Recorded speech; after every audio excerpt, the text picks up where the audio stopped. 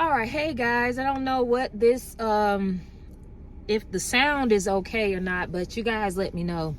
I wanted to come to you guys today while I'm waiting on them to change my tire. I was in the car, I was listening to some motivational videos, which I don't really listen to a whole bunch of music a lot. I usually travel, or I usually am just listening to motivational stuff when I'm in the car, unless I'm, getting ready to go have some fun or something like that. Anyway, long story short, I was listening, and one of the videos I was listening to, it was very profound when he said the next thing that's bigger or better than God would be your brain. So, I'm one of those type of people, like, I never stop thinking. I'm always thinking about something to do.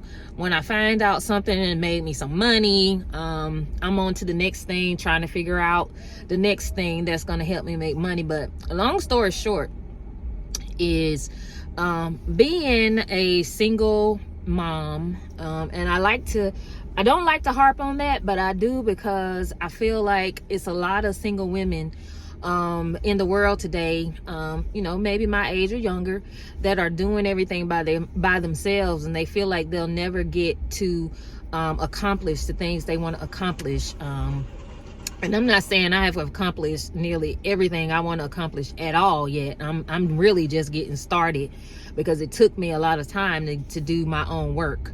But what I will say is, when you start opening up your brain, or when you start thinking differently, your life will change tremendously. Really quick story. I was, one of my sons, I think it was my oldest son, it was me and him. We were living in an apartment. I was on Section 8.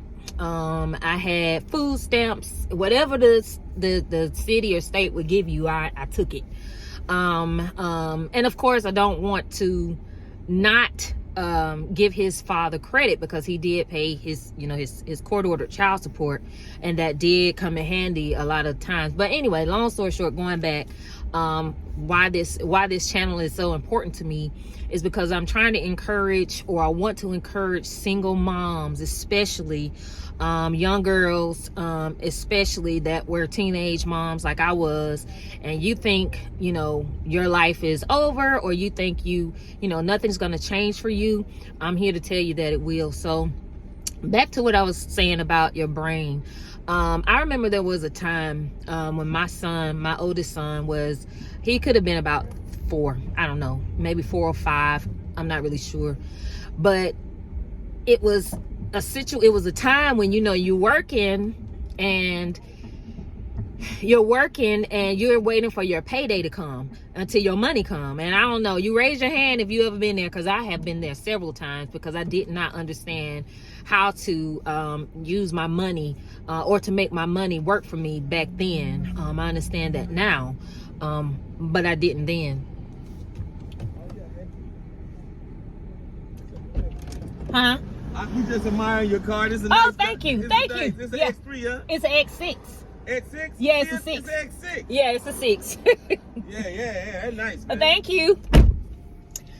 So anyway, he was about 4 or 5 years old, and I ain't never told nobody this, because I know my mom, my brother, my uncles, everybody.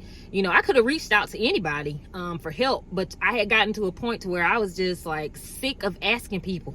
Like, tired. Like, I'm tired of coming to ask people for, let me get $30 till I get paid in 2 weeks, and that type of stuff. So what I did was I fell on my knees.